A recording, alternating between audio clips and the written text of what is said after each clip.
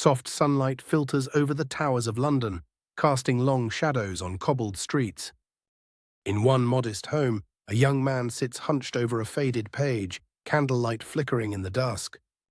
His name is Thomas More, and his world is a tapestry woven from questions, books, and the restless search for what is right.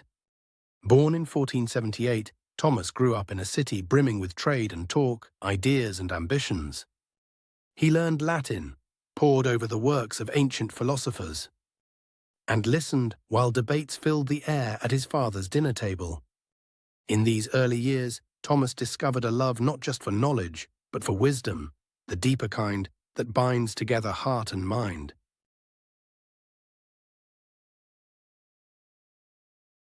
He trained as a lawyer, mastering the art of argument and reason. Soon his keen mind earned him a reputation across England. But the courtroom, the law, and even public life were not enough.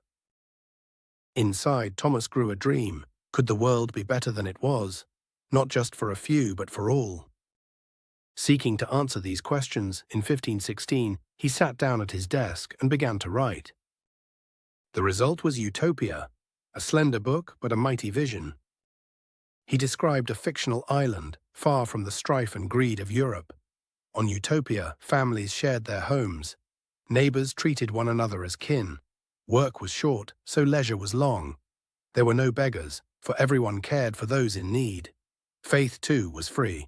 No one was punished for what they believed. Utopia wasn't a real place, but it pressed readers to reflect.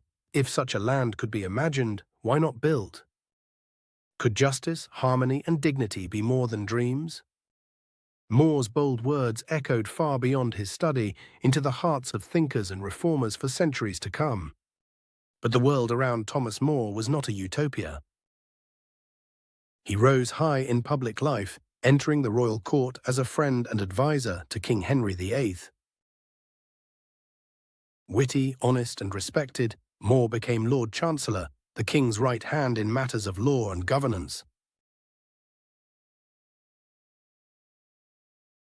Some might have called this the height of achievement, the reward for virtue and intelligence.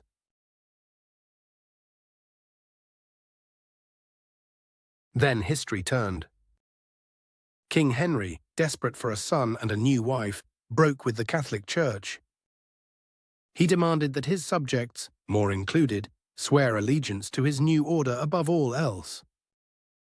It would have been easy to bend, to nod, to say the necessary words and keep his place. But Thomas More could not yield. His conscience, the compass that had guided his life, simply would not allow it. To him, the soul's integrity mattered more than success.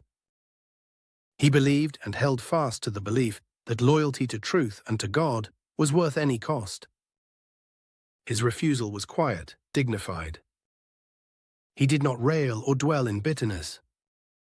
Instead, he withdrew from court, praying, hoping for peace. But the king would accept no opposition. Thomas was arrested, imprisoned in the grey stone walls of the Tower of London.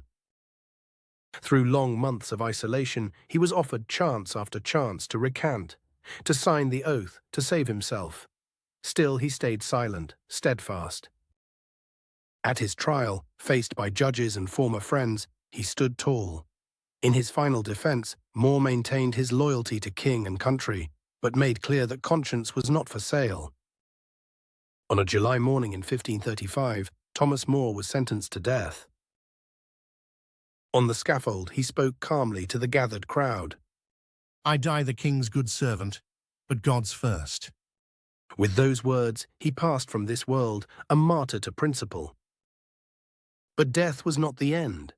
In centuries to come, More's vision and courage blazed ever brighter. He was declared a saint. And his utopia inspired dreamers, reformers, and rebels alike, reminding all that justice and hope begin with imagination. Books bear his name, statues stand in quiet alcoves, students around the world read his words. He remains a symbol of conscience over conformity, of courage over comfort. Thomas More's life asks us to reflect, what kind of world might we build if we hold true to our values? What strength lies in speaking for what's right, even when the cost is high. In the end, his example is as relevant today as ever. Stand by your beliefs, speak for what is just, and never stop dreaming of a better world.